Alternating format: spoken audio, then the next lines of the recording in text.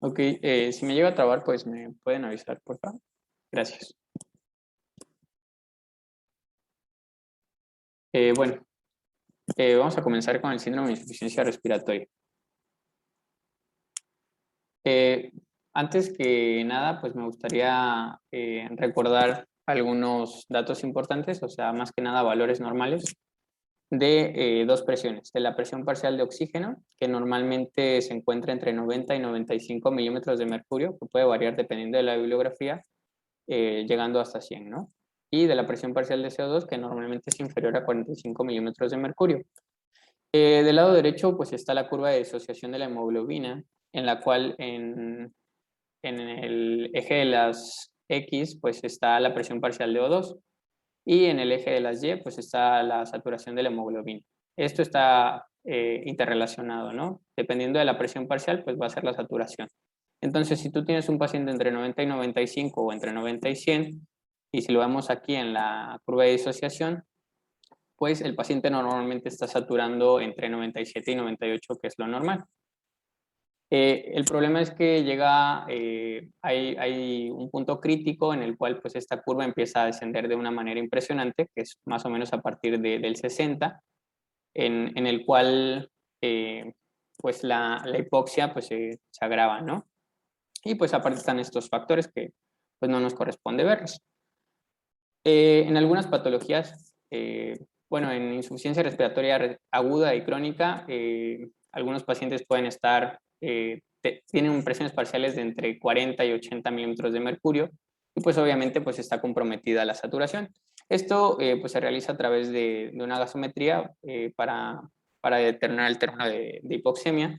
Pues normalmente se dice que es cuando la presión parcial es inferior a 80 milímetros de mercurio, y hipercapnia cuando la presión parcial de CO2 pues es mayor a 45 milímetros de mercurio.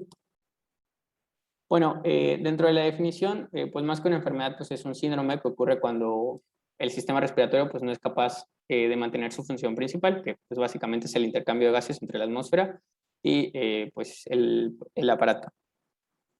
Para esto, ¿qué es necesario? Pues bueno, necesitamos una adecuada mecánica ventilatoria. En esto pues incluyen pues los músculos, por ejemplo el diafragma.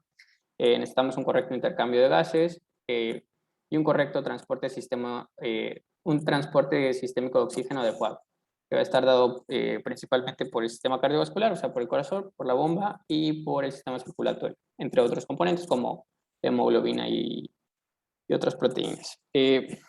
Bueno, entonces surge la duda de si están preservados estos sistemas en la insuficiencia respiratoria. Lo vamos a comprobar pues, a lo largo de la exposición. Y bueno, dentro de su epidemiología, al no tratarse una enfermedad, es un poco complicado establecer la incidencia y la prevalencia de pacientes con insuficiencia respiratoria, pero lo que sí se sabe es que más o menos al servicio de urgencias llegan entre 500 y 800 por cada 100.000 habitantes pues, al servicio de urgencia, principalmente con insuficiencia respiratoria aguda. Y bueno, dentro de la etiología, pues más que ver qué lo causa, pues es qué no lo causa. En realidad, pues el síndrome de insuficiencia respiratoria pues, puede tener causas pulmonares y extrapulmonares. Dentro de esas, por ejemplo, en la imagen del lado izquierdo, pues tenemos las alteraciones del sistema nervioso central, dentro de las cuales pues cualquier reducción del nivel de conciencia pues o sea, podría manifestarse como insuficiencia respiratoria, patologías de la pleura como neumotórax o hemotórax, patologías pulmonares como el edema pulmonar, fibrosis, neumonía, síndrome de distrés respiratorio agudo o de dificultad respiratoria. Algunas alteraciones también en el sistema nervioso periférico, como Guillain-Barré, lesiones a nivel de la médula espinal y lesiones a nivel del nervio afrénico, pues es el que inerva pues, al diafragma, ¿no? También las patologías de la vía aérea, lo que hemos estado viendo en clases pasadas, por ejemplo, cuerpos extraños, algún tumor, laringoespasmos, traqueomalasias. También a nivel vascular, pues una tromboembolia pulmonar o una vasculitis también podrían originártelo. A nivel del sistema musculoesquelético, pues también algunas causas como fracturas, escoliosis y miastenias graves, ¿no? alteraciones en la unión neuromuscular. Y bueno, en la imagen del lado derecho pues es lo mismo. En general pues quise dar a ejemplificar pues que son muchísimas las causas. Y bueno, para ser precisos, en la etiología del síndrome de insuficiencia respiratoria aguda, pues va a tener causas directas y causas indirectas, ¿no? Pues vamos a tener, por ejemplo, la neumonía, aspiraciones, inhalaciones de tóxicos, contusiones pulmonares, vasculitis pulmonares, siendo pues la más frecuente pues la neumonía. Y causas indirectas, dentro de las cuales pues se encuentra pues la sepsis extrapulmonar, pancreatitis y las quemaduras graves. Bueno, aquí les puse otra tabla en la cual pues, ejemplifica lo que habíamos comentado, que en realidad son demasiadas etiologías, tanto pulmonares como extrapulmonares. Y bueno, de acuerdo a su clasificación, pues existen varias formas de clasificarlo, pero la realidad es que cuando clasificas, bueno, cuando estás ante un caso de insuficiencia respiratoria, pues normalmente utilizas las tres. Y pues vamos a tener la clasificación por criterios evolutivos, en la cual pues, se encuentra la insuficiencia respiratoria aguda, la cual pues tiende a instaurarse en un periodo corto, puede ser desde minutos hasta horas o días. Y la insuficiencia respiratoria crónica, pues como su nombre lo dice, pues es un proceso más lento. Y también vamos a tener insuficiencia respiratoria crónica reagudizada, es decir, tienes un paciente con EPOC, ya tiene insuficiencia respiratoria crónica y no lo sé, está inmunodeprimido y se infecta, o por cualquier neumonía, ¿no? Que pudiera presentarse, pues se reagudiza esta patología previa. Luego también vamos a tener los criterios de clasificación de acuerdo a su mecanismo fisiopatológico, entre los cuales pues está la hipoventilación alveolar, la alteración de la difusión, un shunt o un cortocircuito, y las alteraciones en la relación ventilación-perfusión. También vamos a tener una clasificación de acuerdo a los criterios gasométricos y pues aquí se encuentra la insuficiencia respiratoria tipo 1 y la insuficiencia respiratoria tipo 2. También algunas bibliografías manejaban una insuficiencia respiratoria posoperatoria y otra después del shock. Bueno, la que normalmente se utiliza pues es esta clasificación clínica de la insuficiencia respiratoria, en la cual pues hasta arriba pues, se encuentra la insuficiencia respiratoria y dos parámetros con hipercapnia y sin hipercapnia, ¿no? Más de 45, no hay menos de 45. Entonces, seguimos el diagrama.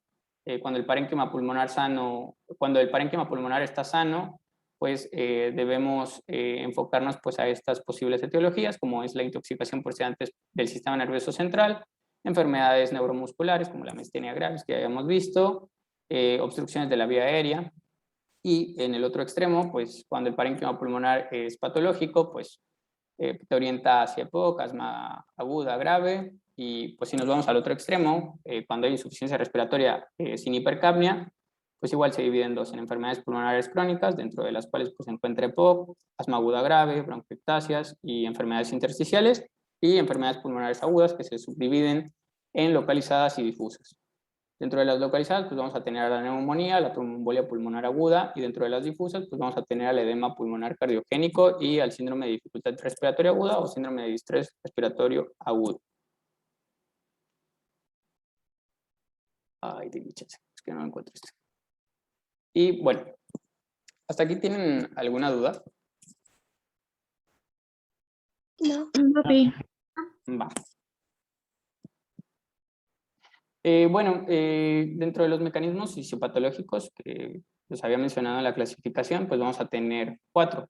Aunque algunas bibliografías manejan 5, que el otro que no aparece aquí, pues es el descenso de la fracción inspiratoria de oxígeno, que puede ser dado por la ocupación de otros componentes en el aire, es decir, monóxido de carbono en un lugar encerrado o alteraciones en la altitud, ¿no? Que hacen que los parámetros pues cambien. Y bueno, los 4 principales pues van a ser estos, y nos vamos a pasar a la otra diapositiva, pero ahorita vamos a regresar para analizar pues cada uno de estos. Entonces, empezando con el primero, pues es la hipoventilación alveolar. en la cual pues la presión alveolar de O2 va a disminuir. Recordando que esta presión está dada por el aire que inspiramos, ¿no? Que viene pues dado por la ventilación. Entonces, cuando hay alguna alteración, supongamos, no lo sé, el diafragma, por alguna alteración neuromuscular o nerviosa, pues estos pacientes normalmente tienen hipoxemia y bueno, se produce hipoxemia porque tienes la presión alveolar de O2 y aparte tienes la presión parcial de O2 pues en la sangre, ¿no? Entonces, cuando estos parámetros cambian, pues hay menos difusión. Entonces, pues el paciente tiene hipoxemia y en este caso, en este mecanismo fisiopatológico, la presión parcial de CO2 normalmente tiende a aumentar y hay, por lo tanto, hipercapnia. ¿Por qué? Porque si no te funciona el diafragma o tienes alteraciones ahí, pues no, o sea, el proceso ventilatorio sirve para meter aire y para sacarlo. O sea, para meter oxígeno y sacar CO2. Entonces, si no funciona, pues vas a estar acumulando CO2 y pues bueno, para corregir esto, pues la hipoxemia se corrige y funciona administrando fracciones de oxígeno elevadas. Es decir, en el ambiente, pues la concentración de oxígeno, pues normalmente es entre 20 punto y cachito a 21%. Entonces, pues una fracción inspirada de O2 significa que del 21 hasta el 100% de oxígeno. Puedes meter oxígeno al 100%, pero bueno, de eso vamos a hablar un poquito más adelante. Y bueno, la tabla 1, pues la saqué de la guía práctica española. Y bueno, ellos mencionan que la principal causa de esto pues no es una alteración en el sistema nervioso central, sino más bien es una obstrucción de la vía aérea superior, ya sea por una compresión extrínseca, anomalías congénitas, tumores, cuerpos extraños o, bueno, alguna disfunción como parte de una enfermedad neurológica, o sea, Parkinson. Y bueno, ahora sí, habiendo explicado y más o menos, ojalá que me haya dado a entender, pues vamos a regresar a analizar los otros 3 mecanismos fisiopatológicos con la pura tablita. Entonces, regresando a hipoventilación alveolar, pues íbamos a tener que la presión parcial de O2 iba a disminuir. Esto, como no funciona el mecanismo ventilatorio, pues vamos a estar acumulándolo. Una característica importante de este mecanismo es que la difusión alveolo arterial de O2, o sea, lo que está en el alveolo y lo que está en la arteria, o sea, esa difusión, el que pasa oxígeno del alveolo para la sangre, pues no está afectado, porque el problema no es el pulmón, el problema viene de cualquier otro lugar menos del pulmón. Y como habíamos comentado, pues tiene una buena respuesta al oxígeno, a fracciones inspiratorias altas, y pues un ejemplo clínico pues es la depresión del sistema nervioso central. Pero de acuerdo a la guía de práctica clínica española, pues lo más común es pues una obstrucción de la vía aérea. Y digo la guía de práctica clínica porque la verdad no encontré la guía de práctica clínica mexicana para insuficiencia respiratoria. Entonces, pues de ahí me basé. Bueno, el siguiente mecanismo fisiopatológico pues es un cortocircuito o un shunt. Yo sé que ustedes se acuerdan normalmente tenemos un shunt, ¿no?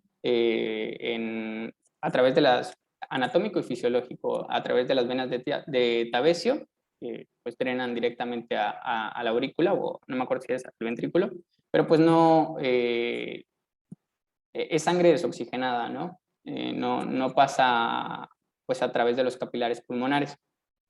En este caso, la presión parcial en todos, en los 4, pues va a estar disminuida, o sea, va a haber hipoxemia.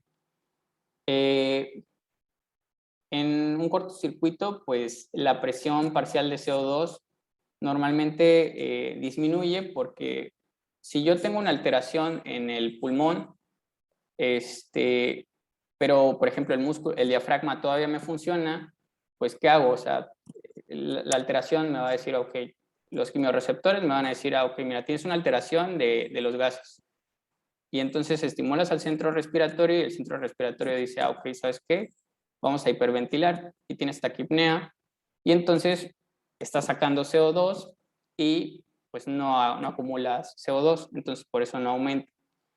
En este caso, el gradiente de difusión que habíamos platicado hace ratito, pues sí se ve alterado y casi no hay respuesta al oxígeno, a pesar de que se metan fracciones inspiratorias elevadas de oxígeno. Un ejemplo clásico y el más común pues es la neumonía, de la cual vamos a hablar en un ratito y está muy interesante. Y bueno, también vamos a tener los desequilibrios en la ventilación-perfusión, recordando que cuando se hace este cociente, lo normal es que vaya de 0,8 a 1. Cuando disminuye, o sea, es decir, cuando es 0,5, 0,4, se habla de un cociente reducido, y cuando es mayor, pues de un cociente aumentado. Casi todas las patologías que cursan casi todas las insuficiencias respiratorias de origen pulmonar, pues cursan con desequilibrios en la ventilación-perfusión, unas más que otras. Y bueno, en este caso, pues igual la presión parcial de O2 pues va a estar disminuida. En este caso, pues la presión parcial de CO2 aquí dice que está aumentada, pero bueno, normalmente si la comparamos con la tablita de abajo, nos vamos acá, alteraciones de acá, normalmente también está disminuida. La verdad no sé por qué aquí lo puso así, pero en otras bibliografías también encontré que estaba disminuida. Y en esta pues sí hay una alteración todavía un poco más grave que en el shunt de este gradiente, ¿no? Y pues la respuesta al oxígeno pues es buena. Un ejemplo clásico de esto pues es TEPOC. Y los trastornos, ya por último, el último mecanismo fisiopatológico, que pues es el menos representativo de estos cuatro, pues es los trastornos de la difusión, ¿no? En la cual pues igual va a haber hipoxemia. A través de los mecanismos compensatorios, pues vamos a tener que disminuir la presión parcial de CO2 y nuestro gradiente va a estar alterado, va a estar aumentado, y normalmente los pacientes tienen una buena respuesta pues, a fracciones inspiratorias de oxígeno elevadas. Un ejemplo clásico de esto pues, es la fibrosis pulmonar. ¿Hasta aquí alguna duda? No, todavía. No, ninguna. Va. Gracias. Bueno, recordando lo que había dicho en los trastornos de shunt o cortocircuito shunt, pues vamos a tener lo que pasa en una neumonía. La explico porque más adelante vamos a ver neumonía, y pues para que la entendamos un poquito mejor.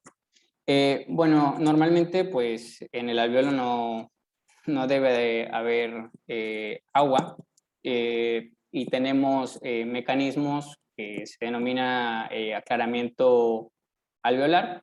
Como tal, el alveolo pues no lo puede drenar, pero el intersticio que está aquí pues sí tiene vasos linfáticos que pueden pues drenar el líquido cuando se pasa. También la bibliografía consultada mencionaba que puede haber reabsorción por parte de los capilares. Entonces son dos mecanismos que nos protegen ante pues, el edema.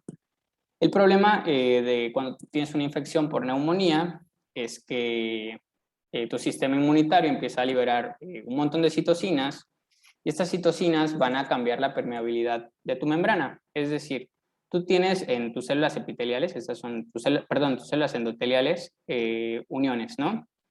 Principalmente están mediadas por la BE caterina.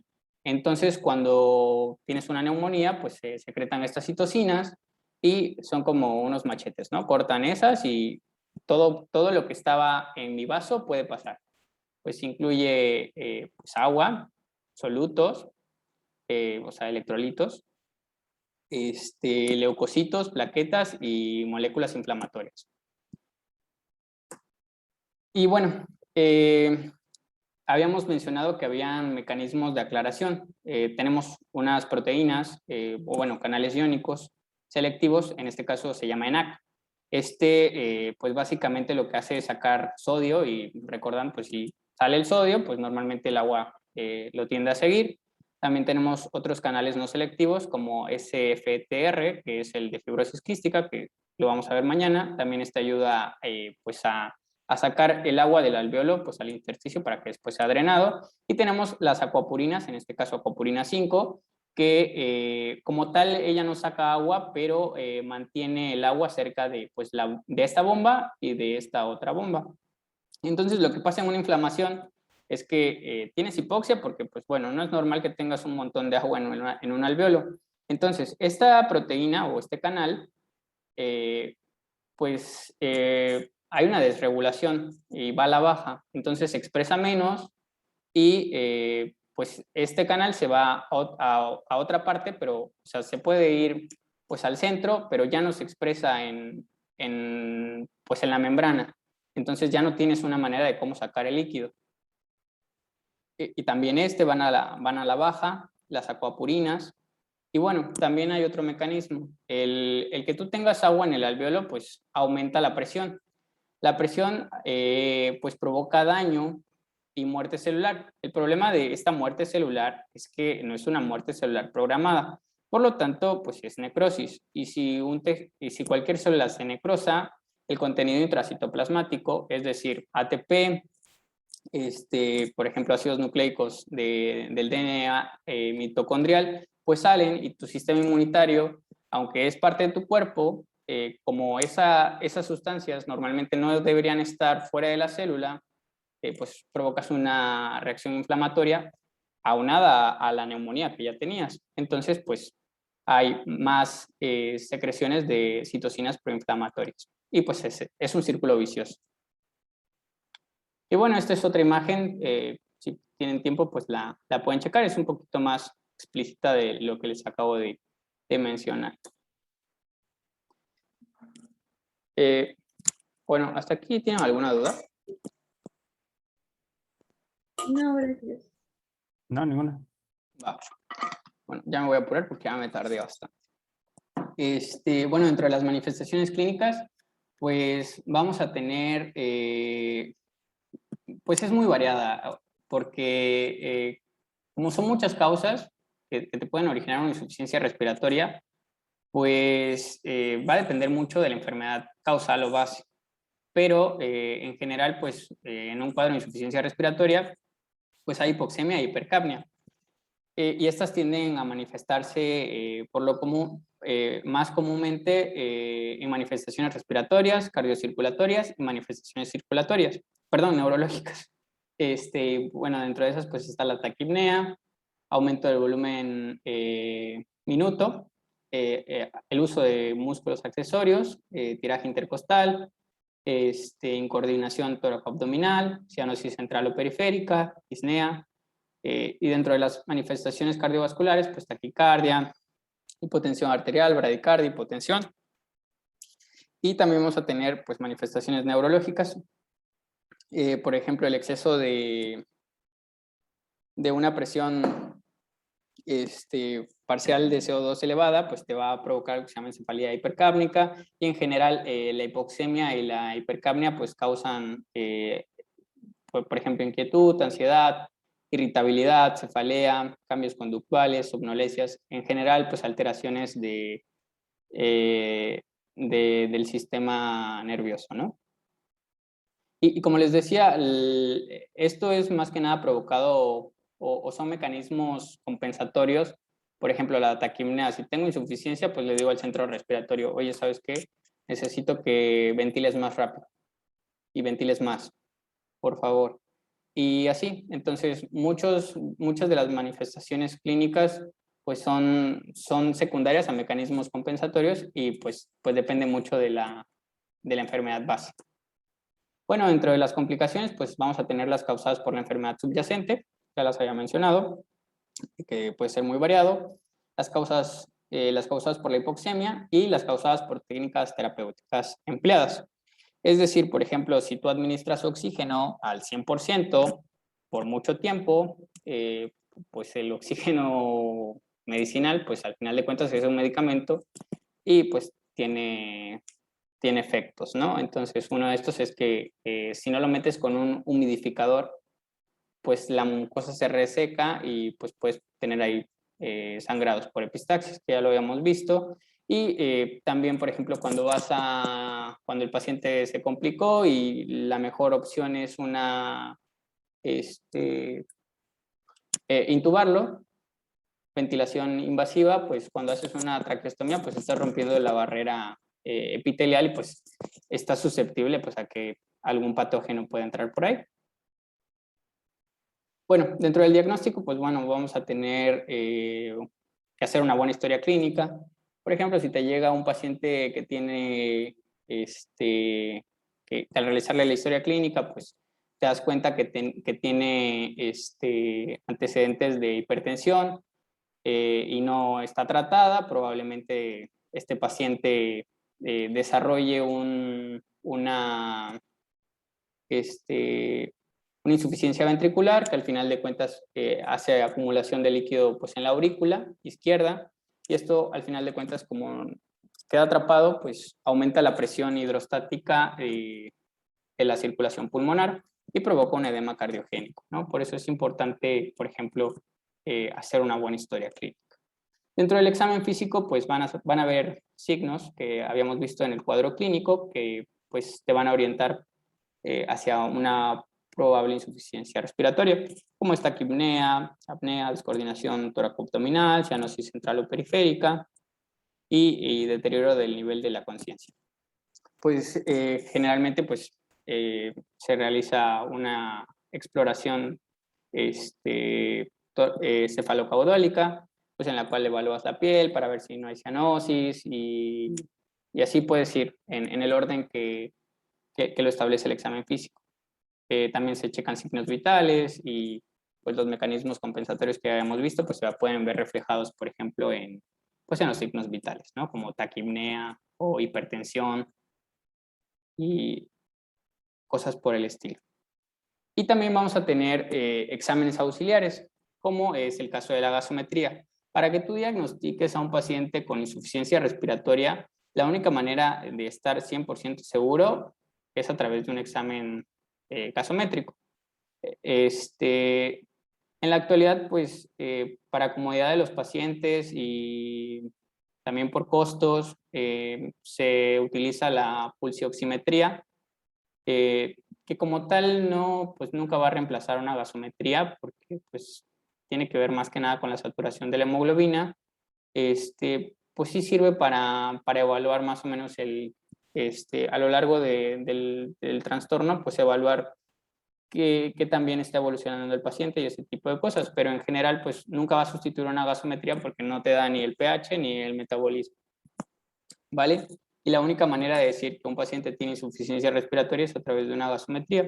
También puedes solicitar un hemograma para ver si no tiene anemia, o alguna otra alteración. Por ejemplo, en la sepsis también hay activación de plaquetas, por lo tanto hay trombocitopenia, y pues, al pedir un hemograma, pues te puede orientar hacia la probable etiología de lo que te está causando pues, la insuficiencia respiratoria.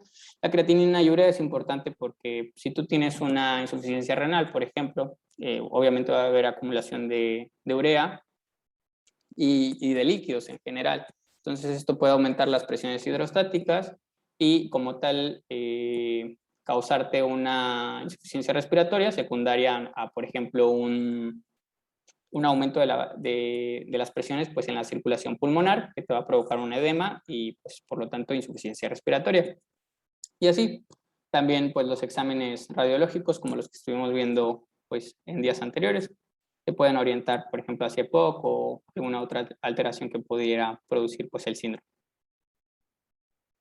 Bueno, aquí tenemos un pequeño algoritmo en el cual, pues, lo primero pues, son los criterios clínicos, la gasometría. Si esta me dice que hay una presión parcial que hay hipoxemia, pues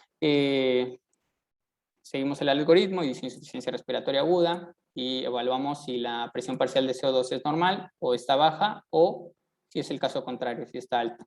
Si está normal o baja, pues se solicita una radiografía de tórax que te puede orientar hacia la posible etiología. Yo sé que en broncoespasmo pues, no te va a servir para nada, pero en un EPOC agudizado o en alguna otra alteración, pues sí pudiera llegarte a servir el realizar una tomografía, ¿no? Pues aquí también se encuentra un shunt agudo de izquierda a derecha y pues las que están en este cuadrito. Y del otro lado, cuando la presión parcial de CO2 es alta, evaluamos el gradiente de difusión alveolo arterial, si es anormal o si es normal. Si es normal, pues nos orienta a posibles etiologías, a estas posibles etiologías, y si es normal, pues a estas, ¿no? Dentro de las cuales pues está la depresión del centro respiratorio, enfermedades neuromusculares y la obstrucción de la vía aérea superior. Y bueno, ya casi para terminar, pues vamos a tener el tratamiento para la insuficiencia respiratoria aguda. Pues hay que tratar la enfermedad causal o de base y dar medidas de soporte para la insuficiencia respiratoria aguda. Es pertinente pues establecer al paciente, ¿no? Ya sea por oxigenoterapia, dependiendo de lo que necesite, y primero y después al mismo tiempo o en cuanto esto se consiga, pues empezar a dar el tratamiento causal. Y bueno, dentro de esto pues vamos a tener la oxigenoterapia, en la cual normalmente se suelen utilizar fracciones inspiratorias de oxígeno altas. También dentro de la oxigenoterapia pues van a haber sistemas de alto flujo y de bajo flujo. La diferencia entre un sistema de alto flujo y uno de bajo flujo es que la fracción inspiratoria de O2, es decir, si yo le voy a meter 60%, o sea, 60% de oxígeno, o sea, la concentración, si yo utilizo un sistema de alto flujo, estoy seguro de que lo que yo le dije que le iba a meter está entrando. Y en un sistema de bajo flujo, pues pasa lo contrario, o sea, sí estás metiendo oxígeno, pero no lo puedes cuantificar. O sea, no puedes cuantificar la fracción inspiratoria de O2. Y bueno, tenemos métodos para la administración de oxígeno. Perdón. Un ejemplo de sistema de alto flujo, pues es la máscara Venturi. Ahorita vamos a hablar un poquito de esta. Y un sistema de bajo flujo, pues es un catéter nasofaríngeo. Y las imágenes muestran ejemplos en orden, como viene aquí, pues para cada una, ¿no? El catéter nasofaríngeo, la cánula nasal, la máscara con reservorio, la máscara Venturi y la cámara cefálica o de Hood utilizada regularmente en pacientes pediátricos. Bueno, también dentro de cuando se utiliza la máscara Venturi, pues hay una clasificación por colores. Entonces, en este caso, pues hay un color rojo y buscamos, pues, bueno, aquí viene en rosado, supongo que es esta. Y ya, pues, estos se utilizan, indican cuántos litros de flujo estás metiendo por minuto y la fracción inspiratoria, ¿no? En este caso se está metiendo 40% oxígeno al 40%. También vamos a tener algunas medidas de soporte asociadas, como eliminación de secreciones bronquiales, la administración de algunos fármacos. Por ejemplo, si tienes un paciente con síndrome de distrés respiratorio agudo, puedes utilizar anticuerpos monoclonales contra CD18 y te pueden ayudar a mejorar pues, el pronóstico. Y últimamente y muy sonado pues está la posición prono, que básicamente la manera en la que funciona pues es mejorando la oxigenación arterial al evitar pues el colapso de las unidades alveolares. Sí, dime. Edith. César, ¿cómo estás? Buen día. No solamente es para Es ti. la doctora, ¿verdad? Perdón, doctora. Es que pensé que era adelante. una compañera. No, solamente es para sí puntualizar mucho y justo el tema que estás tocando en este momento. Creo que no importa la especialidad que se dediquen, no importa si hagan especialidad o no, justo en este momento se dan cuenta de la importancia que tiene este tema en general y en particular, porque ahora, digo, todo el mundo se enfrentó a este tipo de enfermedades y cómo es necesario que podamos tener una pequeña noción de lo que significa. Es un tema que yo creo que a todo el mundo nos suena como súper aburrido, que en algunos casos nos llega a hacer mucho ruido, ¿por qué no maximizamos lo que tenemos? Pero a lo que te dediques, seas quirúrgico, clínico, dermatólogo, lo que quieras, la relación de oxígeno que tenga una persona, sobre todo, por ejemplo, las que quieren o los que quieren estudiar dermatología, la capacidad que tengas de oxigenar también va a ser la capacidad que tengas de oxidarte y de que se aceleren los procesos dentro de tu cuerpo.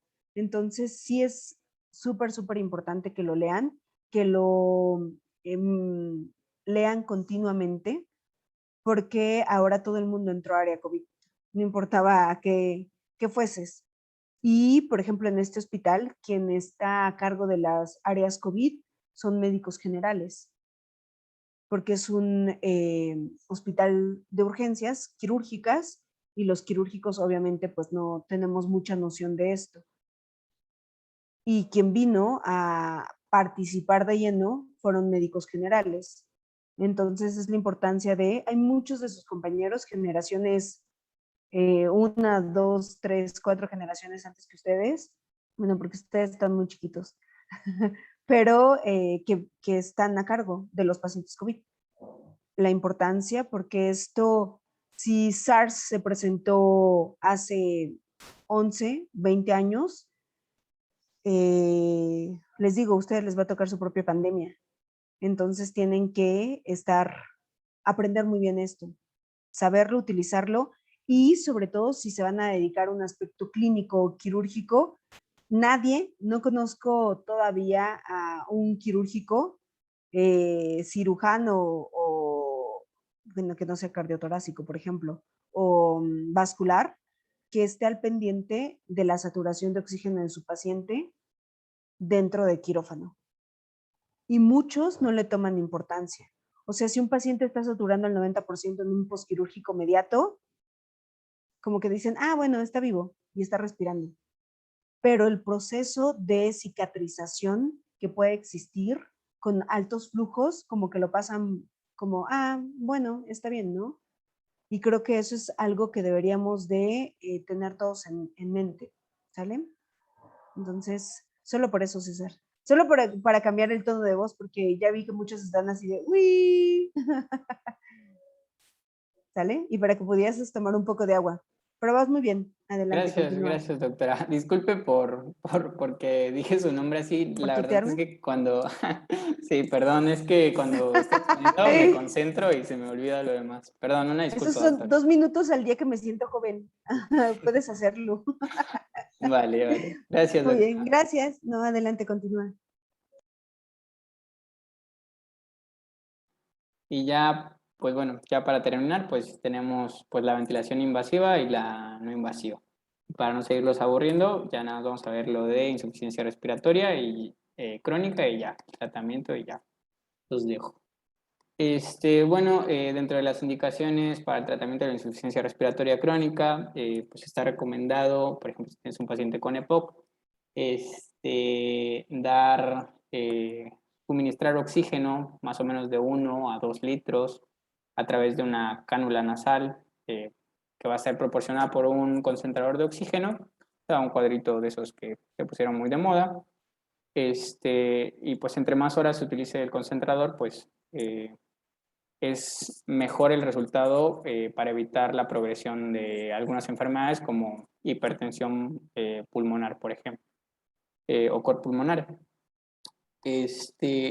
Bueno, aquí están las indicaciones de oxigenación para el domicilio. Por ejemplo, en este paciente que tiene POC estable y correctamente tratado con una presión de O2, pues está indicado la administración de esta oxigenoterapia domiciliaria. Perdón. Y bueno, no sé si les quedó alguna duda. No, No, no, no. No, no, gracias. Pues bueno, gracias. Bueno, ahora vamos a continuar con lo que es la bronquitis aguda. La siguiente, por favor, César. Bueno, vamos a definir lo que es la bronquitis aguda. La bronquitis aguda es la inflamación e hipersecreción del árbol bronquial que afecta tanto a adultos como niños sin enfermedades pulmonares crónicas. ¿A qué se refiere esto? A que para que lo podamos clasificar esta patología como bronquitis aguda, esta no tiene que ser causada por alguna patología crónica, como por ejemplo el asma, como por ejemplo el EPOC. Entonces, va a tener que ser de un proceso agudo y usualmente va a ser un proceso infeccioso. Y esta va a ser el tipo de bronquitis más común. La siguiente, por favor. En cuanto a su epidemiología, esta patología va a tener un patrón de aparición estacional, es decir, en las estaciones de otoño e invierno va a ser donde más va a haber incidencia, debido a que como su principal patología, etiología, perdón, como lo vamos a ver más adelante, es de origen viral, los virus estacionales van a ser los principales causantes de esta enfermedad. Entonces, su patrón va a ser principalmente estacional y se va a relacionar con los climas fríos, climas húmedos y la presencia de sustancias contaminantes e irritantes.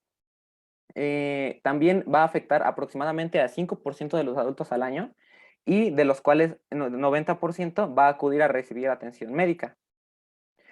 Su principal como población blanco va a ser los niños entre 6 meses y 6 años de edad, con una tasa de 3 a 5.6 por cada 100 niños por año, así como adultos mayores también.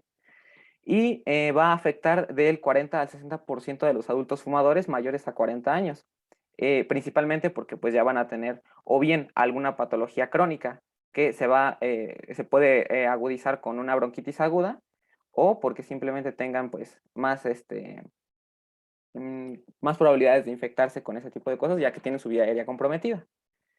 La siguiente, por favor. Ok. Para la etiología, como ya les había explicado, su etiología va a ser principalmente viral y va a ser estacional, que en las estaciones de otoño e invierno. También puede ser de origen bacteriana, pero esta va a ser menor cantidad de veces la que va a ser de origen bacteriana. En cuanto al origen viral, sus principales agentes etiológicos van a ser el rinovirus, el coronavirus y el adenovirus. Y en casos en que podamos encontrar una sintomatología más grave, los agentes etiológicos responsables van a ser el virus de la influenza, parainfluenza y el virus sincitial respiratorio. El origen viral va a ser aproximadamente del 80 al 90% de los casos de bronquitis aguda. Pero también vamos a tener los de origen bacteriana, que bueno, la guía de práctica clínica nos aclara que el Streptococcus pneumoniae, la Moraxella catarrhalis y la Haemophilus influenzae no van a ser causa de bronquitis aguda, pero agentes como el Mycoplasma pneumoniae, el Chlamydophila pneumoniae y la Bordetella pertussis van a ser agentes etiológicos que son infrecuentes. Es decir, van a ser los que van a ser responsables de la bronquitis aguda de origen bacteriana, pero como sabemos, pues el origen viral va a ser el predominante. Esta origen bacteriana se va a dar en 5 a 10% de los casos y hasta 20% en cuadros prolongados. La siguiente, por favor. Ok, para el cuadro clínico de la bronquitis aguda se va a caracterizar por los siguientes puntos. Uno va a ser el compromiso moderado de vías aéreas superiores en los primeros días de la enfermedad. También el paciente va a presentar tos aguda menor a 3 semanas, que puede o no ser productiva, es decir, puede ser productiva o puede ser tos seca. Puede haber o no fiebre menor a 3 días de duración. El paciente va a presentarse usualmente con un escaso o nulo compromiso del estado general. Y ya cuando nosotros lo vayamos a explorar, a la exploración física, algunas veces pueden auscultarse sibilancias y roncus. Esto va a ser un signo como de alarma, por así decirlo, porque en la guía de práctica clínica nos dice que si nosotros auscultamos este tipo de cosas, pues vamos a proceder a hacer un método diagnóstico que ahorita les voy a explicar. Y también algo muy, muy importante que tenemos que tener en cuenta es que el cuadro clínico no va a ser caracterizado por la presencia de semiología de condensación pulmonar que vimos la clase pasada. Es decir, no va a haber signos de condensación pulmonar. Uno, por ejemplo, de los principales que podemos observar es que no va a haber matidez a la percusión, ¿no? En la condensación nosotros sabemos, ayer vimos que puede haber matidez a la percusión y aquí en la bronquitis aguda no, porque esta no va a ser una patología pulmonar, no va a afectar a los sacos alveolares, sino va a haber una afectación principalmente solo al árbol bronquial. Entonces, esto es muy, muy importante que lo tengamos en cuenta para su diagnóstico diferencial. La siguiente, por fin. Ok, para su diagnóstico, el diagnóstico de la bronquitis aguda pues va a ser siempre clínico. Nos vamos a apoyar de la historia clínica, tanto del interrogatorio que le hagamos al paciente, como de la exploración física. Y nuestro principal objetivo, nosotros como diagnosticadores, va a ser descartar la presencia de neumonía en pacientes con bronquitis aguda, debido a que la neumonía va a ser el principal diagnóstico diferencial que tenemos que tener en cuenta para esta patología, ya que su abordamiento, como lo vamos a ver ahorita en un momento con mi compañera, la neumonía va a ser un abordamiento completamente diferente a lo que es la bronquitis aguda. La bronquitis aguda, por así decirlo, es como más fácil de tratar, y la neumonía pues es más difícil y tiene diferentes procesos. Y también la guía de práctica clínica nos dice que no se va a recomendar el uso rutinario de estudios complementarios ni microbiológicos como por ejemplo los cultivos, técnicas de inmunofluorescencia, PCR o radiografía de tórax, a menos que estos sean necesarios. ¿Cuándo vamos a decir nosotros que necesitamos un estudio complementario? Por ejemplo, si nosotros a la exploración física auscultamos sibilancias, auscultamos roncus, o tenemos una sospecha de que haya algún signo de condensación pulmonar, ahí sí nosotros vamos a realizar una radiografía de tórax para descartar pues precisamente esta condensación y una posible neumonía. O por ejemplo, si nosotros al dar el tratamiento, que ahorita lo vamos a ver que es sintomático porque es origen viral, y el paciente no tiene una respuesta al tratamiento, y que nosotros podamos estar pensando en alguna patología, en alguna etiología de origen bacteriano, y después con el antibiótico aún no se le quita, pues podemos ahí pensar en un cultivo para ver cuál es el agente etiológico específico. Aunque también nos dice que no es muy recomendable hacer cultivos, ya que si nosotros lo hacemos van a poder salir bacterias como el Streptococcus pneumoniae, como las que les expliqué hace rato, pero no como tal por ser los agentes infecciosos directamente, sino porque van a haber como una colonización en lo que son los en lo que son la producción, y pues va a ser como muy confuso en ese sentido. Pero principalmente el diagnóstico va a ser clínico, y podemos hacer uso de estos tipos de estudios complementarios siempre y cuando nosotros tengamos una sospecha de que no sea una bronquitis aguda de origen viral, o no sea bronquitis aguda, sino por ejemplo una neumonía u otra patología. En la siguiente, por favor. Ok, en cuanto a las complicaciones, otra vez, la complicación principal de la bronquitis aguda va a ser la neumonía. Es su diagnóstico diferencial y su principal complicación. También puede haber complicaciones en pacientes con enfermedades cardíacas, enfermedades pulmonares como asma, EPOC, que ya tengan un proceso crónico de inflamación, y que por ser susceptibles o tener sus vías aéreas comprometidas, puede haber una agudización de esta bronquitis. También el tabaquismo y las inmunodeficiencias son algunos pacientes en los que puede haber complicaciones. Y algunas de estas posibles complicaciones, además de la neumonía, que es la principal, pues va a ser hipersensibilidad bronquial de 3 a 6 semanas, es decir, que el paciente tenga sensibilidad que se quede con respuesta a estímulos a los que no tenía respuesta, como por ejemplo el frío, el polvo, humos, el aire seco, contaminantes, que normalmente no le afectan, pero por tener esta bronquitis aguda, esta hipersensibilidad, pues va a quedar como con signos, por ejemplo, como tos, ¿no? Que algunas veces, o no sé si a ustedes les ha pasado, por lo menos a mí sí, que cuando nos da bronquitis o nos da alguna patología de ese tipo, la tos es el principal síntoma que se nos queda como después del cuadro clínico. Ya podemos decir que nos curamos, pero tenemos como tos aproximadamente como 1 o 2 semanas después. Y es por ese tipo de cosas, por la hipersensibilidad bronquial. También alguna complicación va a ser el agravamiento de enfermedades como asma y EPOC, como se los mencioné anteriormente, el CRUP, la laringotraqueobronquitis, que ya hemos visto, y también otra complicación puede ser la bronquiolitis. Esto principalmente va a ser en infantes, en la preescolar. La siguiente, por favor. ¿Tienen alguna duda hasta aquí?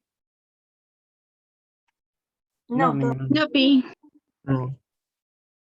Vale.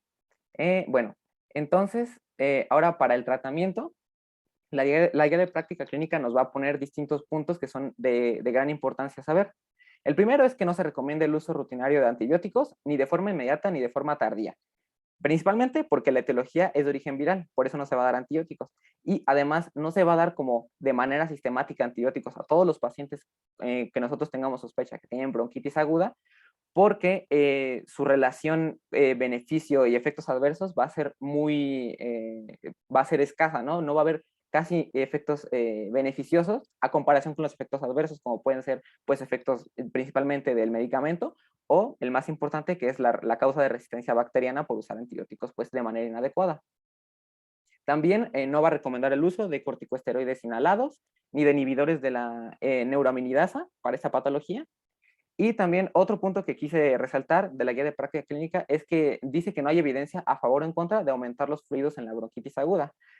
O sea, me refiero a que, por ejemplo, los médicos a veces nos dicen que tomemos abundantes líquidos cuando tenemos ese tipo de patologías de origen respiratorio. Y si bien es cierto que no es como, si no hay ningún beneficio en que si tienes esta patología, en vez de tomar tus 2 litros o 1.5 litros diarios de agua, aumentes a 2.5 o 3 litros, no debe, o sea, la guía de práctica clínica nos da a entender que no, si bien no necesitas aumentarlo, necesitas mantenerlo constante, necesitas decirle al paciente que debe seguir consumiendo suficientes líquidos o ajustarlos conforme a él se vaya sintiendo, porque por ejemplo en esta patología va a haber tos, entonces la tos va a ser pues una expiración, va a ser pues sí, parte de la respiración, una respiración patológica, que lo que va a hacer es, vamos a sacar vapor de agua mediante la expiración. Entonces, si tenemos tos, vamos a sacar constantemente mucho vapor de agua y pues vamos a tener pérdidas insensibles. O, por ejemplo, si tenemos fiebre, podemos llegar a tener diaforesis o podemos tener sudoración y pues igual va a aumentar las pérdidas de agua. Entonces, si bien no es necesario aumentarlo, es necesario mantenerlo constante. Necesitamos decirle al paciente que siga consumiendo abundantes líquidos. Y bueno, ya como tal el tratamiento, como el diagnóstico de la bronquitis aguda va a ser viral, entonces el tratamiento pues principalmente va a ser sintomático con medidas antipiréticas, antiinflamatorias y analgésicas según sea necesario. Algunos de los fármacos que podemos recetar son ácido acetilsalicílico de 200 o 500 miligramos cada 4 horas vía oral por 3 a 5 días, paracetamol 250 a 500 miligramos cada 4 horas vía oral por 5 días, ibuprofeno de 600 miligramos cada 6 a 8 horas vía oral por 3 a 5 días, y naproxeno 500 a 1500 miligramos en 24 horas vía oral por 3 a 5 días. Y también otro punto de importancia es que nosotros le tenemos que dar a conocer al paciente algunos datos de alarma, como por ejemplo disnea, taquipnea, fiebre mayor a 38 grados, sibilancias, hemoptisis, cianosis, somnolencia y confusión.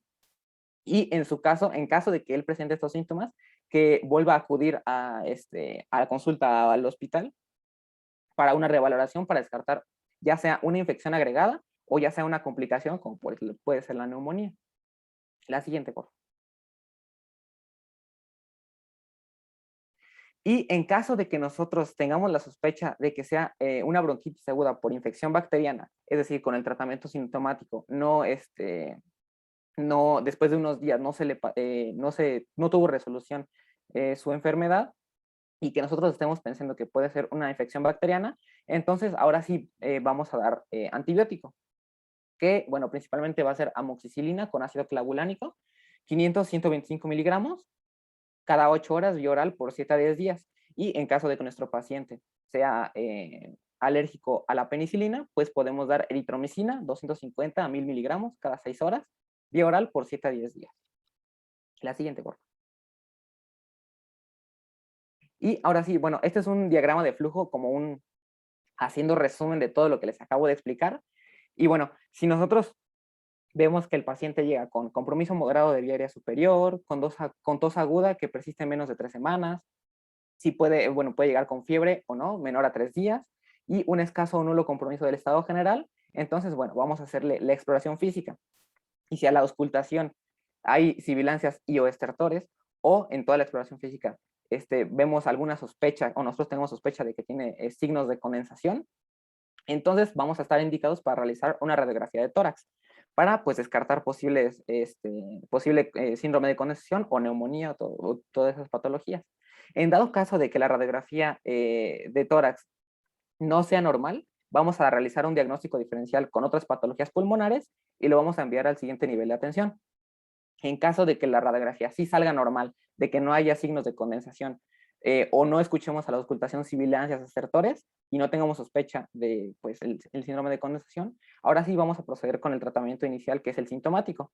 Como les expliqué, con AINES, ibuprofeno, naproxeno, paracetamol, ácido acetil salicílico, y vamos a darle a conocer al paciente datos de alarma, como pues, la disnea, la tos mayor a 3 semanas, cianosis, taquipnea, todo lo que les expliqué, para que si se llegan a presentar, pues reacuda a la unidad de atención para que le hagamos un diagnóstico diferencial con otras patologías y lo enviemos al siguiente nivel de atención. En caso de que no se presenten, pues ya no va a requerir ninguna valoración y esta patología, al ser de origen viral, pues va a ser resolutiva. ¿Tienen alguna duda con lo que es la bronquitis aguda? Siento que es como un padecimiento un poco más sencillo comparado con los otros que hemos visto. No. Ninguna No, duda. todo bien. ¿Todo bien? Todo bien. Va, muy bien. La siguiente, por favor. Ok, vamos a pasar con neumonía. Y para mí, siento que no es complicada, pero sí hay muchísimas cosas que debemos de tomar en cuenta para un correcto diagnóstico y tratamiento, ¿ok? Así que si cualquier cosa, o sea, interrúmpanme si tienen duda y lo puedo volver a explicar, y si no, pues me puedo apoyar un poco con la doctora. ¿Le puedes pasar, porfis, César? Bueno, primero vamos a tener la definición. La definición de la neumonía, pues es una infección del parénquima pulmonar debida a un agente infeccioso. Así tal cual, está sencillito. Y le puedes pasar a la otra, por favor. La vamos a clasificar. Va a haber muchas maneras de clasificarlo, o sea, por etiología, por dónde se adquirió, por sus síntomas, pero aquí o lo más común es que se clasifique por dónde se adquirió el agente, ¿ok? Entonces, primero vamos a tener a la neumonía adquirida en la comunidad. Esta pues va a ser tal cual adquirida en el ambiente común del paciente. Vamos a tener neumonía nosocomial, que es adquirida en el hospital. Y es importante que las diferenciemos porque las bacterias adquiridas en el hospital van a ser más resistentes a antibióticos e incluso hasta más contagiosas. Y está la neumonía asociada a cuidados sanitarios, que los pacientes no van a estar tal cual en el hospital, pero van a recibir, por ejemplo, diálisis o quimioterapia, y entonces ahí es donde van a adquirir esta agente, ¿ok? Entonces, ¿le puedes pasar, porfis?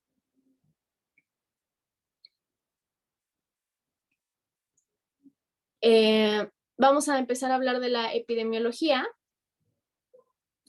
Entonces, a nivel general, en el mundo hay, por lo menos de neumonía adquirida en la comunidad, va a haber de 1.6 a 13.4 casos por cada 1,000 habitantes al año.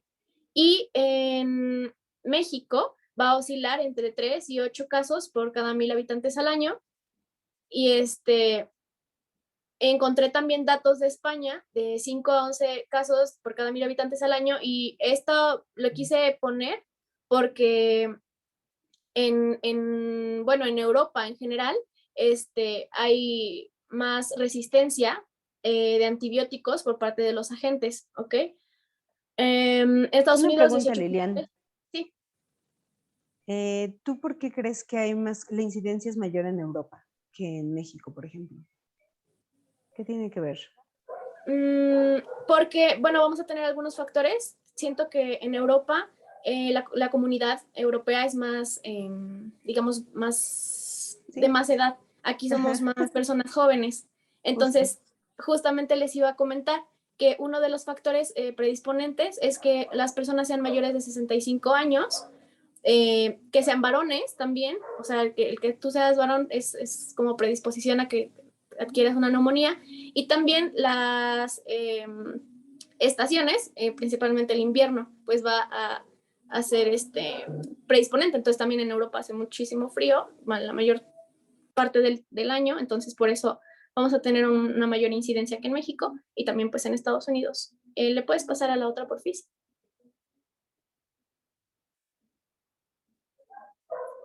Hablando de la fisiopatología, vamos a tener 4 mecanismos de que nosotros podemos adquirirla, ¿ok? La primera va a ser la inhalación, que ahorita les voy a explicar esa bien porque es como la principal. La microaspiración, que es básicamente las bacterias que ya viven de por sí dentro de nuestro cuerpo como parte de la microbiota, por ejemplo en la faringe, van a hacer una invasión, van a empezar a colonizar y van a invadir la vía aérea y por medio de, o sea, nosotros mismos vamos a microaspirarlo, o sea, va a ser como que una autoinfección porque van a estar ahí presentes porque ya invadieron la vía. La diseminación hematógena, que es menos común que las anteriores, va a ser pues que el agente llegue por vía sanguínea, por ejemplo en una sepsis o más comúnmente en una endocarditis, y el patógeno principal que se puede localizar o bueno, diseminar por este mecanismo es el Staphylococcus aureus. Y bueno, la inoculación directa va a ser aquella que nosotros introduzcamos la bacteria en la vía aérea. Esto puede suceder, por ejemplo, en una intubación endotraqueal, cuando el tubo no está completamente estéril. Entonces nosotros vamos a inocular al paciente casi casi. Y la diseminación por contigüidad, que es la menos común y es como que muy rara la vez que se dé, es cuando una infección que esté junto al pulmón, por ejemplo, que se disemine del mediastino y se disemina la gente hacia el pulmón, pero pues es la menos frecuente. Entonces ya les voy a explicar la de la inhalación. Como sabemos, nuestra primera defensa de nosotros va a ser las vibriosas nasales, que esas van a retener todas las partículas grandes. Luego vamos a tener en la vía aérea las células caliciformes que van a retener a las células más pequeñas. Estas van a tener una doble capa de moco para lubricar el aire y otra superficial en donde va a poder como moverse a través de los cilios. Es el dibujito que les hice ahí al lado. Van a quedar atrapadas ahí las partículas y los cilios van a empujar todo el moco para llegar a la vía digestiva y poder ser digerido. Ese es un mecanismo de defensa. Otro puede ser, o sea, cuando logran pasar más allá de la glotis, tenemos el mecanismo de la tos. Y si esto no funciona, nuestro sistema inmune se va a activar, ¿no? Nos va a ayudar primero, pues sabemos que lo tenemos en todo el revestimiento de la vía aérea, vamos a tener inmunoglobulina A, que va a ayudar a la opsonización de las bacterias. Y luego a nivel alveolar tenemos unas células especializadas que son los macrófagos alveolares. Y estos, además de que son fagocíticos, también son presentadores de antígenos y también pueden ser quimiotácticas, así que pueden llamar polimorfonucleares de manera muy rápida. Y como ya nos habían explicado hace ratito, se va a generar una respuesta inflamatoria aguda que va a desarrollarse para asegurar la completa eliminación de los patógenos. Y esta va a ser la principal manifestación de la neumonía. O sea, la respuesta inflamatoria es la principal manifestación, ¿ok?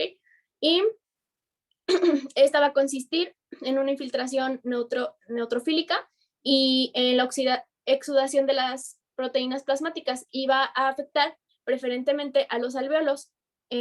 También se puede ir hasta zonas adyacentes, pero la principal es la ocupación alveolar.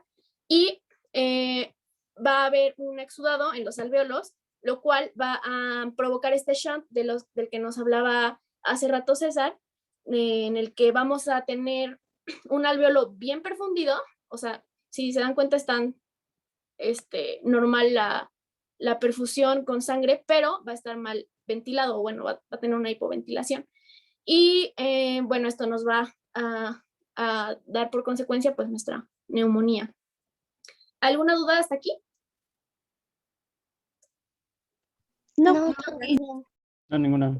Ok, entonces, ¿le puedes pasar por fin, César? Hablando de la etiología, miren, yo encontré muchísimas cosas, muchísimas que provocan neumonía. Las principales o las que más mencionaron porque revisé varias bibliografías, es el Streptococcus pneumoniae, que ese es el principal, o sea, va a ser el causante de más del 50% de las neumonías. La Pseudomonas aeruginosa, que ese va a ser más proveniente como intrahospitalaria, ¿se acuerdan que era una clasificación? Entonces ese se va a dar más en el hospital. La Legionella pneumófila, bueno, ahorita les voy a explicar sus factores de riesgo de cada una. Y por virus, pero los virus hagan de cuenta que va a provocar o va a permitir o facilita la infección por una bacteria. Entonces, hay obviamente el que es más común hoy en día, el SARS-CoV-2, ¿no?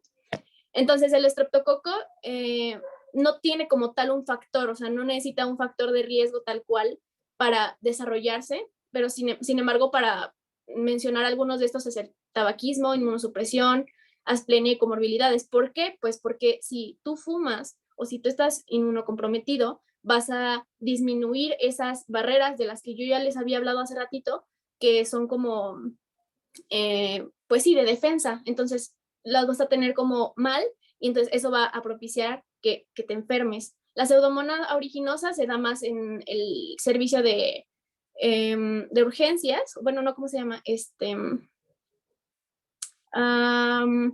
Unidad de cuidados intensivos. Unidad de cuidados intensivos. En la intubación, recuerdan que yo les había dicho que una manera era la inoculación, entonces ahí se puede dar. Y a personas que hayan recibido antibióticos previamente. La legionela, pues por un ambiente cerrado, la legionela se da por ejemplo, si trabajamos en una oficina y las vías esas que son como de respiración, como que tienen el aire como corriendo entre cada habitación, por estos ambientes cerrados se puede dar, y una persona que esté recibiendo tratamiento con corticoides. Y pues la influenza A y B, la parainfluenza y el adenovirus va a ser más común en niños y adultos jóvenes durante el invierno. Las demás, ustedes las pueden, bueno, les voy a dejar la tablita en la presentación y todo, son solamente como otros agentes que pueden estar presentes, pero pues los más importantes siento que son los que les acabo de mencionar. Y SARS-CoV-2, pues ya sabemos, por el contacto con personas contagiadas por las gotitas de flush. ¿Le puedes pasar, por favor? Para hablar del cuadro clínico, les voy a mencionar primero un cuadro clínico en general. Ajá. El primero es que vamos a tener fiebre, afección del estado general, en el 90% de los casos tos, 66% expectoraciones, disnea, dolor torácico pleurítico y emisión del esputo hemoptoico.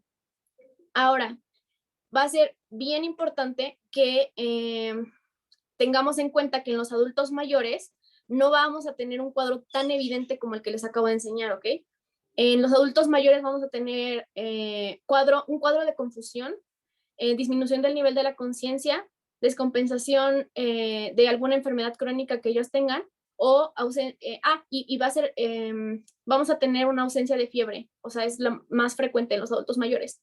Pero hay que tener mucho ojo aquí porque el hecho de que no sea igual a nuestro cuadro clínico normal o que sea menos evidente, no significa que sea menos grave. O sea, solamente porque presenta otro tipo de características no significa que no se deba de tratar con la misma importancia que un cuadro clínico normal. ¿Le puedes pasar, porfis? Encontré también una diferenciación entre una neumonía típica y una atípica, de acuerdo a los signos y a la exploración. En la neumonía típica, esta neumonía va a tener un inicio brusco, con una fiebre elevada, tos productiva, dolor torácico. A la exploración vamos a tener taquipnea, a la percusión matidez, un aumento del frémito y crepitantes. Al contrario de la neumonía atípica, o sea, se llama atípica porque pues no es tan típico que se presenten esos síntomas, vamos a tener casi que lo contrario, un curso progresivo, una fiebre no tan elevada, tos no productiva, ausencia de dolor torácico y sin matidez. Sí, doctora. Dame ejemplos de personas a las que les puede dar cualquiera de las dos. ¿En qué es más frecuente? ¿En qué grupo de personas? En la neumonía atípica, o sea, ¿como factor de riesgo o como agente etiológico? Grupo que es más vulnerable para presentar este tipo de enfermedad. Creo que la neumonía atípica es más frecuente en los adultos mayores porque los adultos casi nunca tienen tos productiva. Okay. Entonces, ¿En qué más? ¿En qué grupo se puede presentar? ¿Te suena personas, por ejemplo, que tengan enfermedades de inmunosupresión? Diabetes mal controlada, personas con HIV con un conteo muy elevado de CD4. ¿Te suena? Pues en pacientes de diabetes y esas cosas, ¿no? Con comorbilidades. ¿Y por qué crees que no se presentan estos síntomas? O sea, si tú tienes una persona con una respuesta muy baja inmunológicamente, ¿qué también esperas que no tengan de manera ordinaria? Porque Pues por algo no están haciendo... Ajá, perdón. perdón. Supongo que como les había explicado que nuestro sistema inmune va a ayudar a eliminar esos agentes, incluso, por ejemplo, la tos y lo de las vibrisas, si no tenemos tan bien ese refuerzo, no vamos a tener como una respuesta inmune tan eficaz. Entonces, a lo mejor por eso no tienen tos ni ninguno de estos dolores, Fiebre, porque incluso por ejemplo, la fiebre, la fiebre es justo para eliminar a la gente. Entonces, no la van a tener porque están inmunocomprometidos. Exacto. Nada más quería puntualizar eso. Muchas gracias. Sí, gracias, doctora. Pero en la neumonía típica sí vamos a tener taquipnea y crepitantes, porque no sé si recuerdan que César les explicó que la taquipnea era como, pues no como compensatorio, pero sí va a ser como una respuesta por lo respiratorio. ¿Le puedes pasar, por favor, César? Bueno, para el diagnóstico, la literatura nos dice que toda condensación radiológica, y ahorita les voy a poner unos ejemplos, de reciente aparición y no atribuible a otra causa, acompañada de fiebre de menos de una semana de evolución, debe considerarse y tratarse como una neumonía mientras no se demuestre lo contrario.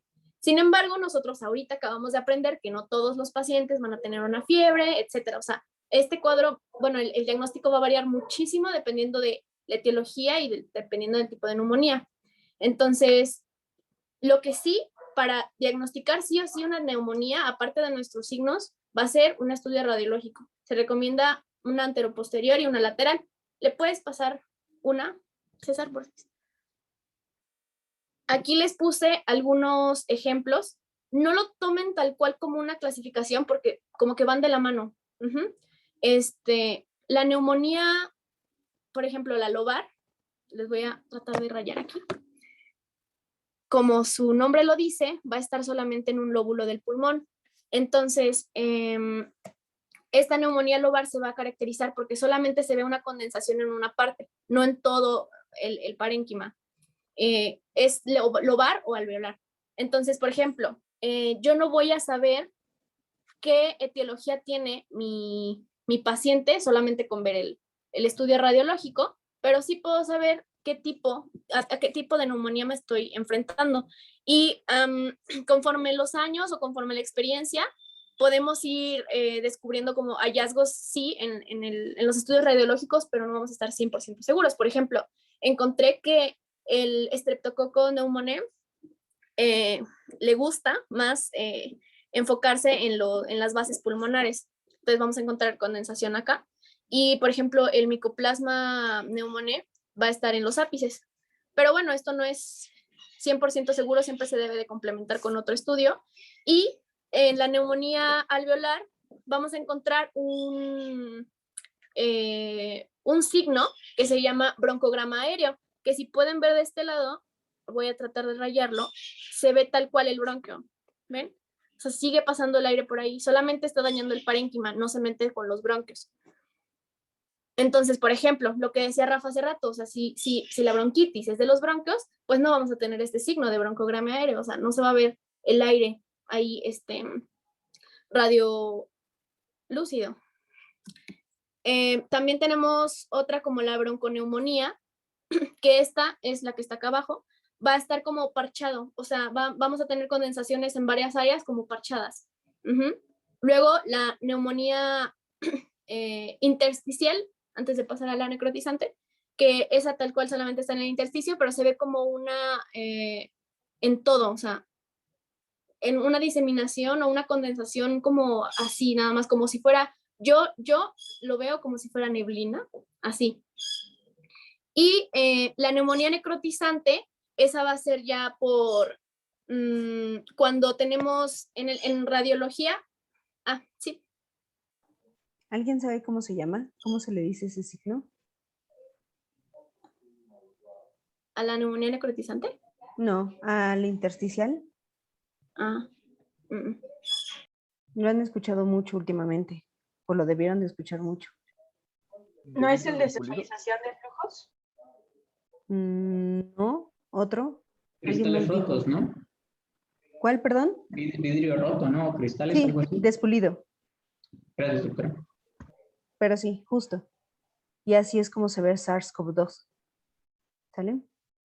Tiene otras localizaciones, más basal, más bilateral, muchas otras características, pero justo lo que mencionaba Lilian, las imágenes te pueden dar una guía, porque todos, como lo mencionaba eh, César, todo te da insuficiencia respiratoria, todo. Entonces, no puedes decir, va a ser una lobar.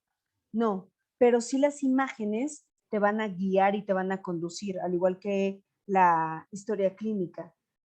Si alguien se dedica a ir a cuevas o le gusta la espeleología, entonces vas a decir, puede ser que sea un hongo en lugar de ser una bacteria. O si es alguien que acaba de salir del hospital hace 4 días, entonces no va a ser precisamente algo de la comunidad, sino puede ser algo hospitalario, ¿sale? Entonces, eso es a lo que te va a guiar los antecedentes y obviamente la radiografía te va a decir mucho más. Pero sí, continúa, por favor. Ya prometo no interrumpirte. Ay, no, no se preocupe, está súper bien. Bueno, en la neumonía necrotizante vamos a tener que, se va a generar una necrosis, voy a ver si me puedo acercar, en el parénquima pulmonar, en donde está la condensación, justo como en el seno de la condensación, se va a provocar, o bueno, vamos a poder ver unas zonas hiperlúcidas. Y esto pueden ser abscesos. Entonces, esto ya es como de más importancia porque es como una neumonía más avanzada y pues debemos de tratarla rápido. Pero esas van a ser más o menos las principales diferencias. Y la neumonía necrotizante puede darse por microorganismos anaerobios. ¿Le puedes pasar a la anterior? O sea, no la sientes en la anterior.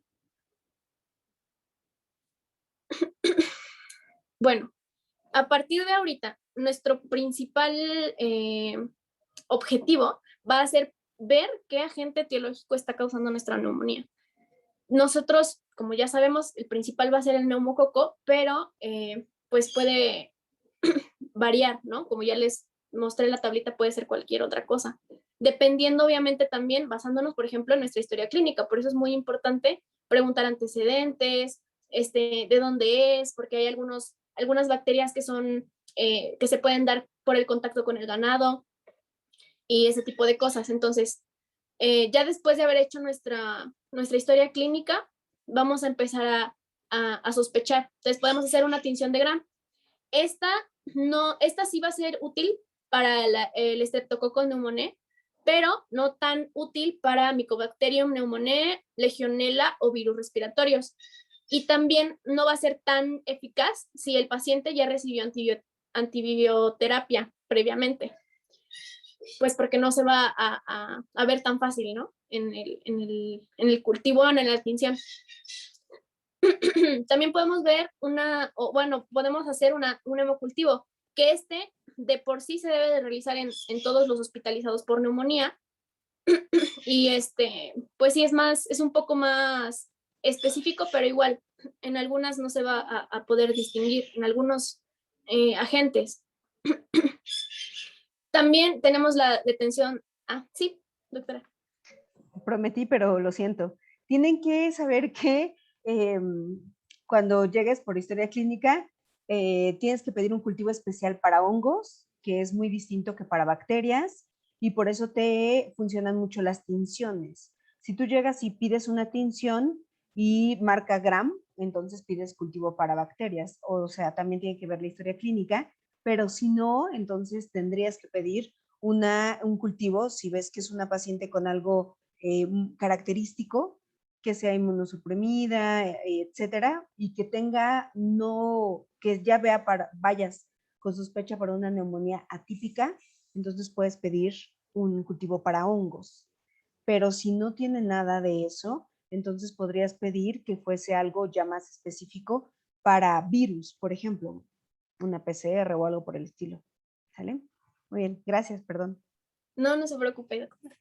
Sí, o sea, todo va a depender de nuestras sospechas. O sea, vamos a primero descartar, como decía la doctora, y ya después, por ejemplo, si no encuentro bacteria, vamos a pedir un estudio, a lo mejor una PCR, una técnica de biología molecular, que ahorita es súper común pues para diagnosticar un coronavirus, por ejemplo. También pues lo que les estaba diciendo de los antígenos, pues el más común es el análisis inmunocromatográfico en la orina, que va a detectar el antígeno polisacárido C en la pared del patógeno del neumococo. Los serológicos van a ser difíciles de aislar en cultivos los virus, el Mycobacterium pneumoniae, la Coxiella psittaci, sí, y bueno, entre como otro que se llamaba Coxiella burnetii, creo. Entonces, solamente hay que ver qué agentes sí se puede diagnosticar con eso, ¿ok? Y una toracocentesis solamente va a estar como indicada para cuando tenemos una neumonía y un derrame pleural. Y pues la PCR para influenza, para virus respiratorios incitales y pues COVID. ¿Le puedes pasar, por favor? Otra. Perdón, ahora ustedes que entren al internado y porque esto ya va a ser su pan de cada día, sí tienen que descartarlo. Yo, bueno, espero que afortunadamente en sus hospitales haya pruebas rápidas. No son muy sensibles, no son muy específicas, pero yo calculo que tal vez 1 o 2 años todavía continúe siendo muy común y tal vez se quede como estacionaria, pero sí tienen que descartarlo, como primera instancia, ustedes, su generación todavía tienen que, ¿sale? Ya, perdón, continúa. Sí, gracias. Bueno, para el tratamiento primero vamos a determinar el lugar en donde se va a tratar el paciente, porque vamos a tener que se pudiera tratar de forma ambulatoria o pues va a requerir hospitalización. Y para esto, en el Farreras y en la guía de práctica clínica, nos indica dos tablitas de escalas para la severidad. La primera, que es escala PSI o Pneumonia Severity Index, está de su lado izquierdo. Vamos a tener una puntuación de acuerdo como a las características, pero como con las comorbilidades. Por ejemplo, si la edad vamos a tener la edad del paciente, por ejemplo, 30 años, y se le va a ir sumando. Si estuvo en un asilo, más 10 puntos. Si tuvo una enfermedad neoplásica, más 30 puntos y así.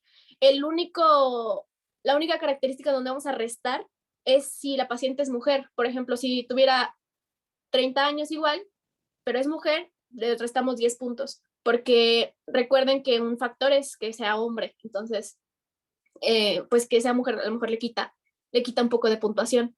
Y ya pues la clasificación, o lo vamos a clasificar dependiendo del puntaje que tengamos. Si tiene menos de 70 puntos, va a ser de clase 1 y clase 2, y va a ser o puede ser tratado ambulatoriamente. Si es de clase 3, que son de 71 a 90 puntos, puede ser ambulatorio, pero con mucha, ¿cómo se dice? Como que lo vamos a tener bien presente. Uh-huh. De clase 4 y clase 5 ya van a ser hospitalizaciones. Pues ustedes van a poder leer la tablita y cada una de las cosas que vamos a ir como puntuando. Y del lado derecho tienen la escala de severidad de CURP 65. Esto significa C, o sea, es como una abreviación. C es de confusión, U es de urea, R es de respiratoria y B es de blood pressure, bueno, la presión arterial. Entonces ahí tenemos también los factores. Están hasta arriba: confusión, nitrógeno úrico en sangre mayor de 19, y vamos a sumar los puntitos. Y ya en el score, ¿cómo se dice? En la puntuación ya final, vamos a valorar igual si se hospitaliza o si es trato ambulatorio. Y ahí está, por ejemplo, 0 a 1, bajo riesgo, considerar tratamiento en casa. 2, estancia intrahospitalaria corta o tratamiento en casa bajo supervisión estricta, lo que les mencionaba hace rato. 3, 4, 5, pues ya va a ser hospitalización. ¿Le puedes pasar, por favor?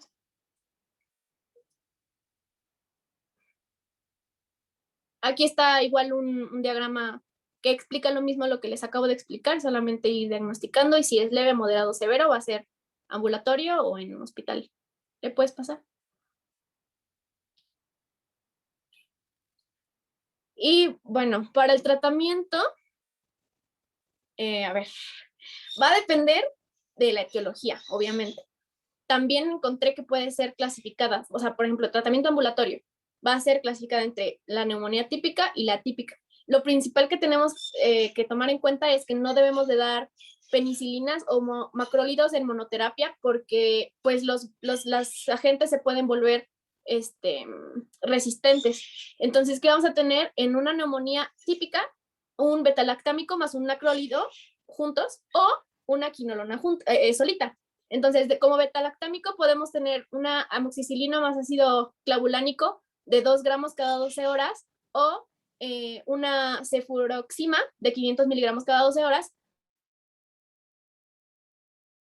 Que este macrólido puede ser la acitromicina de 500 miligramos cada día o claritromicina de 500 miligramos cada 12 horas. O sea, estos dos van juntos, los betalactámicos y los macrólidos. O una quinolona solita, que esa puede ser la levofloxacina de 750 miligramos cada día o una monofloxacina de 400 cada día. Y para una neumonía atípica, yo encontré que se debía de dar una doxiciclina de 100 miligramos cada 12 horas. Todas estas son pues por vía oral. Obviamente se debe de tomar en cuenta la epidemiología local, los antecedentes, todo para pues tener correcta nuestra etiología y así poder iniciar el tratamiento antibiótico empírico lo más pronto posible. ¿Le puedes pasar, por favor, César?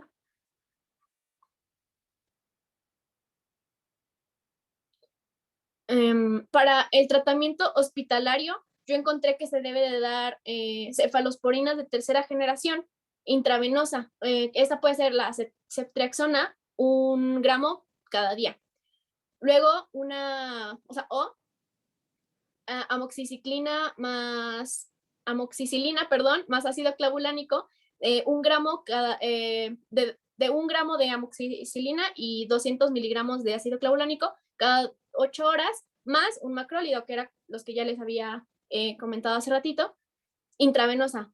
Y una fluoroquinolona antineumocócica en monoterapia, como moxifloxacino de intravenosa de 500 miligramos cada 24 horas o levofloxacino de 500 miligramos cada 12 horas. Y esta puede ser como indicada tal vez junto con los otros dos, pero es la de elección cuando tenemos una legionela neumófila.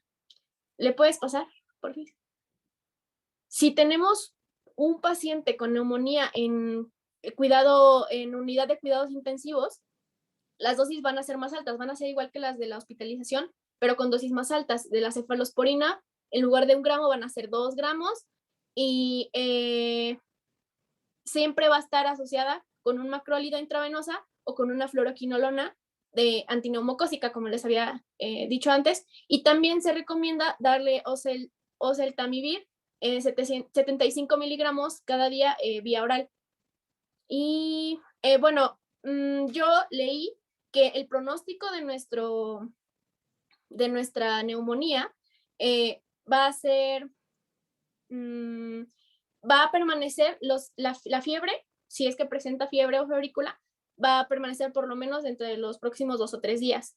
Si la tos, por lo menos entre los próximos 5 días, la dificultad respiratoria por lo menos 1 semana. Entonces, nosotros vamos a ir cambiando el tratamiento si vemos que de verdad no hay mejora, pero el paciente debe de mejorar en los próximos 2 o 3 días. Aunque persistan algunos síntomas, tiene que mejorar si estamos con el tratamiento correcto.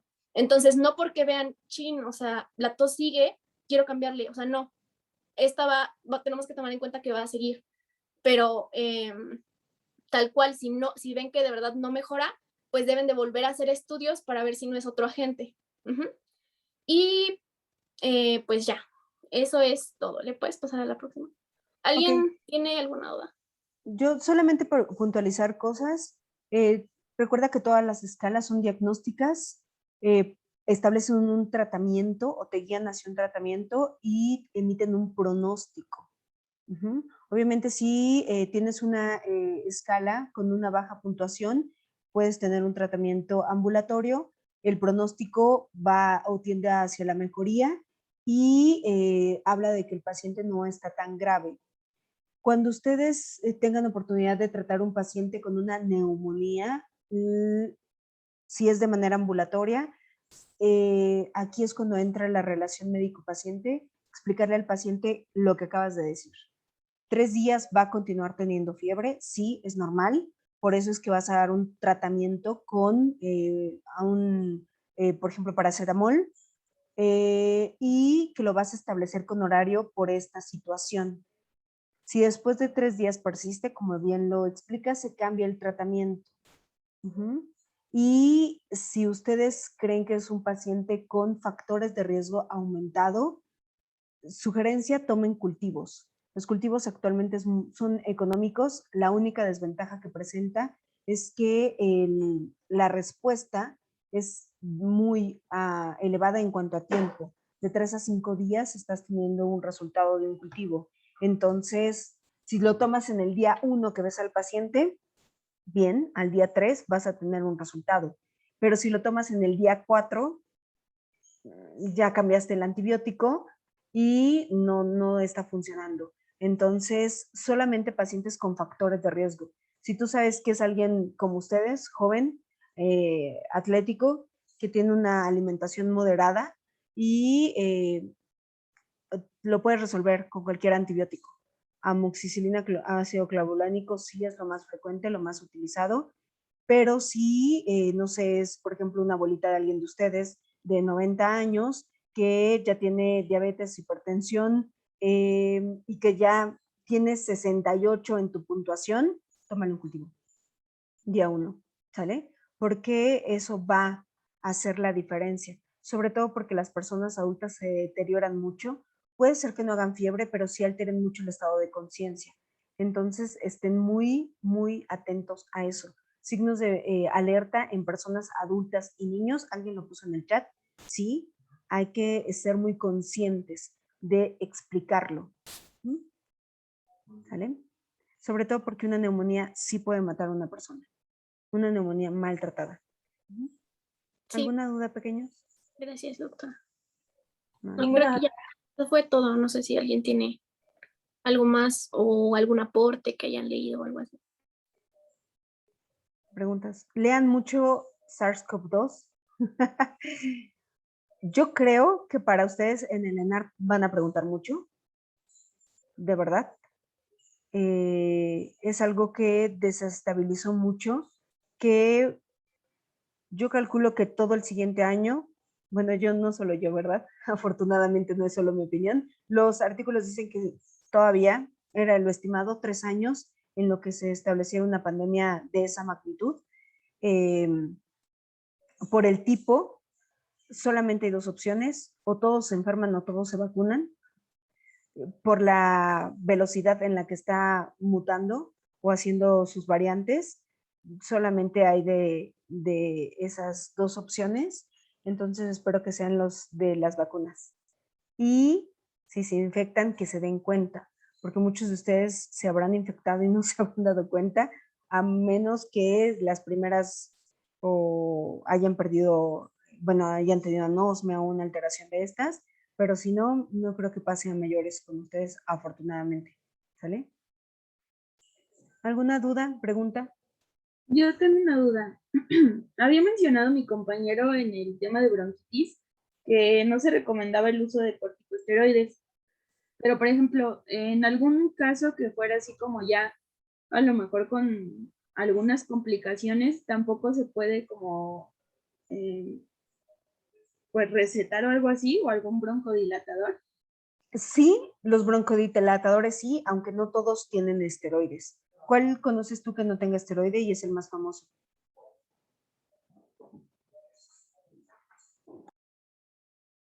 ¿De cuál? O sea, que corticosteroide o como no lo entendí. Un broncodilatador que no tenga corticosteroides. Y es el más utilizado. ¿El salbutamol? Justo, salbutamol. Entonces,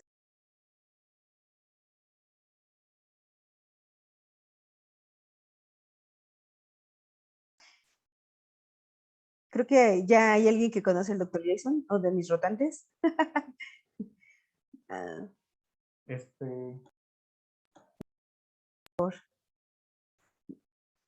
¿sí me escucharon? Denme un minuto, por favor. Sí, Pi.